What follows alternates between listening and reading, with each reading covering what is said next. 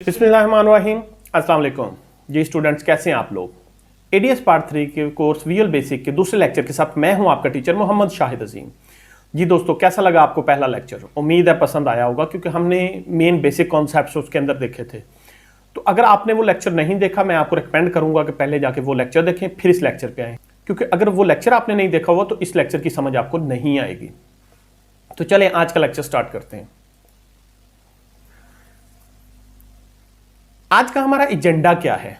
सबसे पहले हमने देखना है कि एल्गोरिदम क्या होता है, इसकी प्रॉपर्टीज क्या होती हैं, डिफरेंट एल्गोरिदम की डिफरेंट एग्जांपल्स देखेंगे और उसके बाद नेक्स्ट पे हम इसकी एडवांटेजेस डिस्कस करेंगे। जी, तो algorithm a step by step procedure to solve a problem. किसी भी काम को करने का जो तरीकाकार होता है वो उसका एल्गोरिदम कहलाता है। और तरीक़ाकार के अंदर हम क्या करते हैं कि हम किसी भी काम को छोटे छोटे स्टेप्स में तोड़ लेते हैं और उनका एक तरीक़ाकार डिफाइन कर लेते हैं कि ये काम इस तरीके से होगा, ये इस तरीके से होगा, ये इस तरीके से होगा।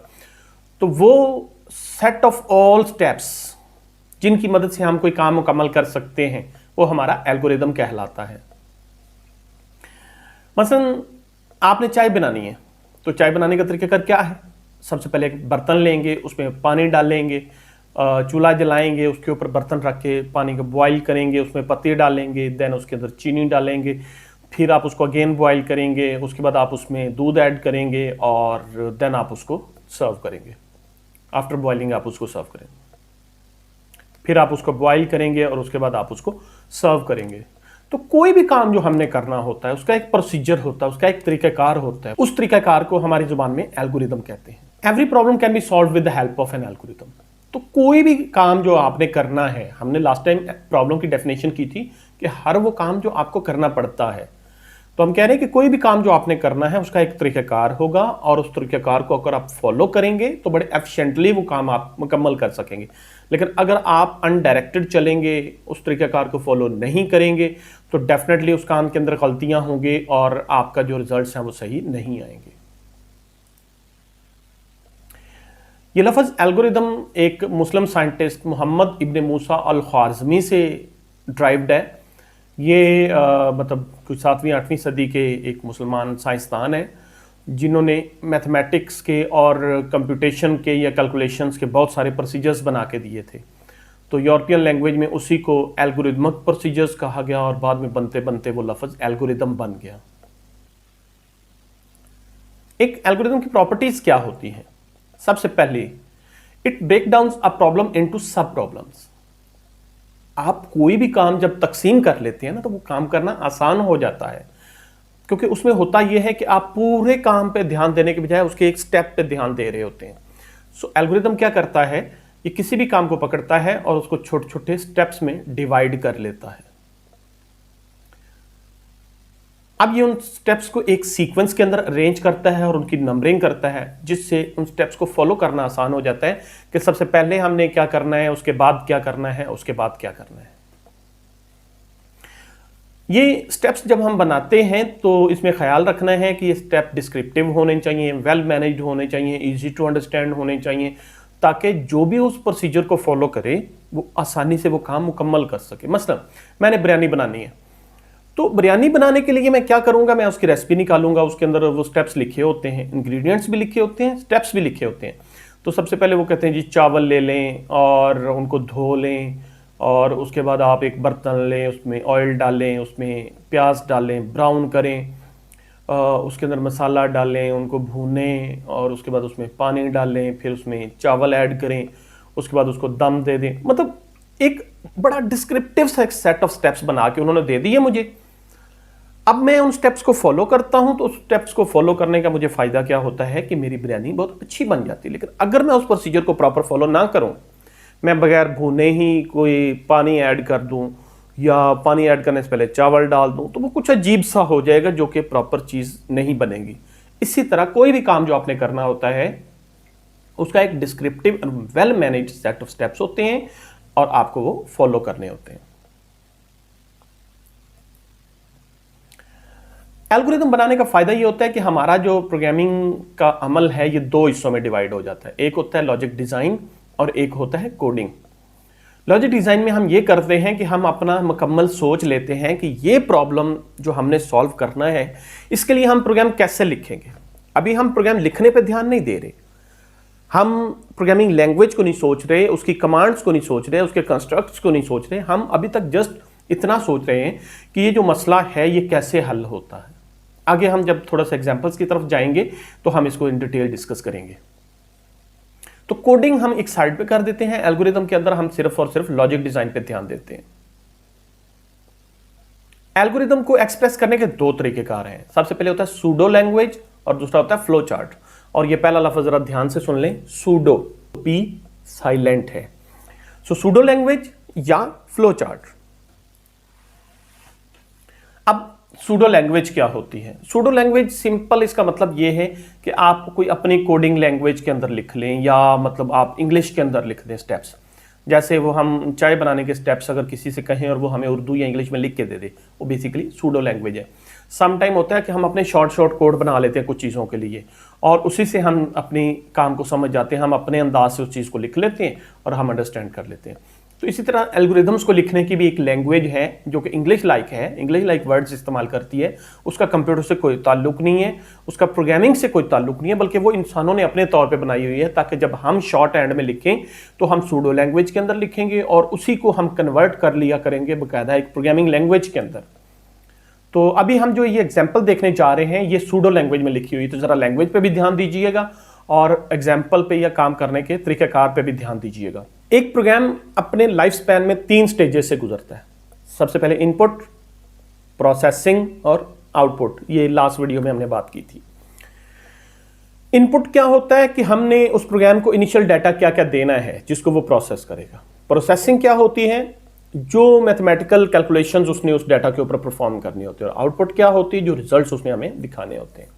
तो जब हम अपना एल्गोरिथम बना रहे होते हैं, बेसिकली हम क्या कर रहे होते हैं, हम ये चीज़ डिफाइन कर रहे होते हैं कि इनपुट्स क्या होंगी, कितनी होंगी, प्रोसेसिंग क्या होएगी और कैसे होएगी, उसके फार्मूलाज क्या होंगे, और आउटपुट क्या आएगी जो हमने यूज़र को दिखानी है। तो एल्गोरिथम डिज़ाइन करते वक्त हम ये सारी चीज़ें डिसाइड कर रहे होते हैं। तो ज़रा देखिए कि हम ये चीज़ कैसे करते हैं। हम सबसे पहला जो एल्गोरिथम लिखने जा रहे हैं वो है input 2 numbers and print their sum. Simple इसका मतलब ये है कि आपने यूजर से 2 नंबर्स लेने हैं और उनका सम कैलकुलेट करना है। अगर आपको यूजर 10 और 10 दे तो आप उसको बताएंगे 20, अगर वो 15 और 25 दे तो आप उसे बताएंगे 40। सूडो लैंग्वेज के अंदर आपने जितने भी स्टेप्स लिखने हैं, एक लाइन में एक स्टेप लिखना है और उसको नंबर लगाना है। जैसे कि इस वक्त लाइन के ऊपर आ रहा है स्टार्ट और पीछे देखें नंबर 1 लगा हुआ है, तो यहाँ पे मैंने नंबर 1 लगाया और उसके आगे लिख दिया स्टार्ट। ये हम हमेशा एल्गोरिथम के आगाज पे लिखते हैं कि यहाँ से हमारा प्रोग्राम स्टार्ट हो रहा है। स्टेप नंबर 2, अब आप देखिए हमने कितने नंबर्स लेने हैं? 2 नंबर्स लेने हैं। तो मैंने पहला लिखा इनपुट ए, मतलब मैंने एक नंबर का नाम रख दिया ए, या इनपुट नंबर 1 भी कर सकते थे। तो मैंने कर दिया इनपुट ए कि आप यूजर से ए लो, ए को एक नंबर है। इनपुट बी, कोई एक नंबर बी है जो आप यूजर से लो। Total is equal to A plus B. वो जो 2 नंबर ए और बी आए हैं उन दोनों को ऐड करके एक तीसरा नंबर बना लो टोटल, जो उनका सम आया है, और वो जो सम आया है वो प्रिंट करा दो। प्रिंट करने का मतलब है उसको स्क्रीन पे डिस्प्ले करा दो और एंड। अब आप देख लें कौन सी लैंग्वेज में इस्तेमाल करो। क्या ये इंग्लिश है? बेसिकली ये इंग्लिश नहीं है। तो क्या ये कोई प्रोग्रामिंग लैंग्वेज है? ये प्रोग्रामिंग लैंग्वेज भी नहीं है, ये मेरी अपनी एक लैंग्वेज है। ये मेरा अपना एक कोड है जिसकी मदद से मैं चीज़ों को आसानी से समझता हूँ। मैं अपनी याद दहानी के लिए छोटे छोटे कोड्स में लिख रहा हूँ। तो इसको हम कहते हैं सूडो लैंग्वेज, और ये जो कोड है ये सूडो कोड कहलाता है। तो हम जो एल्गोरिदम है वो सूडो कोड में लिखते हैं। इसके बाद हम एक और एल्गोरिदम देखते हैं, algorithm to take radius of circle and calculate its area. आप लोगों ने पीछे मैथमेटिक्स में पढ़ा होगा कि हम एक सर्कल होता है, उसका एरिया निकालने के लिए हम क्या करते हैं कि उसका रेडियस ले लेते हैं, उसका स्क्वायर लेके रेडियस का उसको पाई से मल्टीप्लाई करते हैं तो हमारे पास एरिया निकल आता है। यही काम हमने एक प्रोग्राम की मदद से करना है। अब देखिए इसमें इनपुट क्या होगी, मतलब यूजर हमें क्या दे के हम उसका एरिया निकाल सकते हैं। तो यूजर हमें रेडियस देगा, रेडियस बताए यूजर, हम उसका स्क्वायर लेंगे और हम उसको पाई से मल्टीप्लाई करेंगे और जो आंसर्स आएंगे वो वापस यूजर को बता देंगे।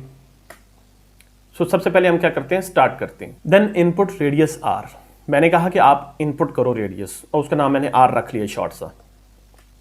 अब वो जो आर मेरे पास आएगा मैं उसको क्या करूंगा, आर मल्टीप्लाई आर मैं रेडियस स्क्वायर ले रहा हूं, क्योंकि स्क्वायर लेने का तरीकाकार यही होता है कि उस नंबर को उसी के साथ मल्टीप्लाई करो। तो r multiply r radius square multiply pi की वैल्यू 3.14, तो इसकी जो आउटपुट होगी वो मेरा एरिया होगा। तो सर्कल का एरिया मेरे पास निकला है। अब मैंने क्या करना है, ये एरिया स्क्रीन पे डिस्प्ले करवाना है। तो मैंने कहा प्रिंट एरिया, कि वो जो एरिया आया है उसको स्क्रीन पे डिस्प्ले कर दो। जब वो एरिया स्क्रीन पे डिस्प्ले हो जाएगा तो मेरा प्रोग्राम खत्म हो जाएगा। तो ये थे हमारे दो एल्गोरिदम्स। हमने जब एक प्रोग्राम लिखना होता है ना, पहले हम उसका एक एल्गोरिदम बनाते हैं। तो प्रोग्रामिंग इस तरह नहीं होती कि आप सोए हुए उठे और जल्दी से जंप किया और सीधे प्रोग्राम्स कोड्स लिखने शुरू कर दिए और आप प्रोग्रामर बन गए। नहीं, कोडिंग टोटल 13% है, बाकी 87% इस तरह की सोचो विचार है।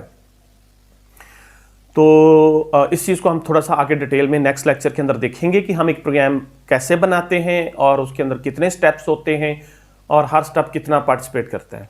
तो प्रोग्राम लिखने से पहले उसका एल्गोरिदम बनाना जरूरी है, लिहाजा इस तरह हम सूडो लैंग्वेज के अंदर अपना एल्गोरिदम लिख लेंगे। नेक्स्ट स्टेप के अंदर हम इसका फ्लो चार्ट भी बनाएंगे, लेकिन वो हम नेक्स्ट वीडियो के अंदर डिस्कस करेंगे। अब एल्गोरिदम बनाने के फायदे क्या होते हैं, मतलब क्यों बनाएं हम एल्गोरिदम। रिड्यूस कंप्लेक्सिटी, इससे आपकी कंप्लेक्सिटी कम हो जाती है प्रॉब्लम की, मतलब प्रॉब्लम को समझना आसान हो जाता है। क्योंकि ऐसे मुझे को कहे कि प्रोग्राम लिखो जिसमें ये होगा वो होगा वो होगा, मुझे नहीं समझ आ रही। लेकिन जब मैं उसका एक एल्गोरिदम लिख लेता हूं कि पहले मैंने ये करना है, फिर मैंने ये करना है, फिर ये करना है, फिर ये, अब मेरे पास स्टेप्स आ गए, मुझे पता है कि मैंने क्या करना है। अब जस्ट उसको मैंने प्रोग्रामिंग लैंग्वेज के अंदर कन्वर्ट करना है। इंक्रीज फ्लेक्सिबिलिटी, एल्गोरिदम लिखने के बाद आपके पास एक फ्लेक्सिबिलिटी आ जाती है कि अगर आप बीच में कोई एक और चीज फिट करना चाह रहे हैं तो आप उस एल्गोरिदम को देख के जज कर सकते हैं कि वो चीज कहां फिट होती है। अगर ये एक टेक्सचुअल फॉर्मेट में आपके पास एक लंबी चौड़ी कहानी हो या आपको वैसे कुछ बताया हुआ हो तो शायद इस चीज को समझना थोड़ा मुश्किल हो जाएगा कि मैं कौन सी चीज कहां लगाऊं। लेकिन जब इस तरीके से मतलब उसके स्टेप्स हमने लिखे होते हैं तो फिर मुझे समझ आ जाती है कि मैंने एक नई चीज अगर ऐड करनी है तो कौन से स्टेप के पहले या कौन से स्टेप के बाद करनी है। ईज ऑफ अंडरस्टैंडिंग, प्रॉब्लम को समझना आसान हो जाता है, क्योंकि एक बड़ी मशहूर डॉक्ट्राइन है डिवाइड एंड कंकर, तकसीम करो और उसको फतह करो। तो हम भी अपने प्रोग्राम को छोटे छोटे हिस्सों में तोड़ते हैं, उसकी वो जो इत्तेफाक वाली बरकत होती है उसके अंदर वो उसमें से ख़त्म करते हैं, उसका इत्तेफाक तोड़ते हैं और देन हम उसको एक एक हिस्से को सॉल्व करते जाते हैं, जिससे हमारा काम आसान हो जाता है। जी तो स्टूडेंट्स, कैसा लगा आपको आज का लेक्चर? उम्मीद है पसंद आया होगा, क्योंकि काफ़ी कॉम्प्रिहेंसिव रहा है आज का लेक्चर। तो अगर वीडियो अच्छी लगी तो इसको लाइक कीजिए, चैनल सब्सक्राइब कीजिए और बेल का आइकॉन लाजमी प्रेस कीजिएगा और मज़ीद ये लिंक अपने दोस्तों को फॉरवर्ड कीजिएगा। और जैसा कि मैंने पहले आपसे रिक्वेस्ट की थी कि ये वीडियो ऑनलाइन एक दफ़ा लाजमी देखें ताकि मेरे चैनल को एक बूस्ट मिले और ये बाकी स्टूडेंट्स को सजेस्ट हो, क्योंकि अगर आप लोग नहीं देखेंगे तो यूट्यूब का एल्गोरिदम ये समझता है कि इस वीडियो की लोगों को ज़रूरत नहीं है, तो वो इसको कहीं सजेस्ट नहीं करता, किसी को शो नहीं करता। सो काइंडली इस वीडियो को एक दफ़ा मुकम्मल देखिएगा। ये आप लोगों का मेरे ऊपर और स्टूडेंट्स के ऊपर एक एहसान होगा, जिससे सबको इस वीडियो तक पहुंचने में मदद मिलेगी। तो मिलते हैं जी इंशाल्लाह नेक्स्ट लेक्चर के साथ, तब तक के लिए अल्लाह हाफिज़।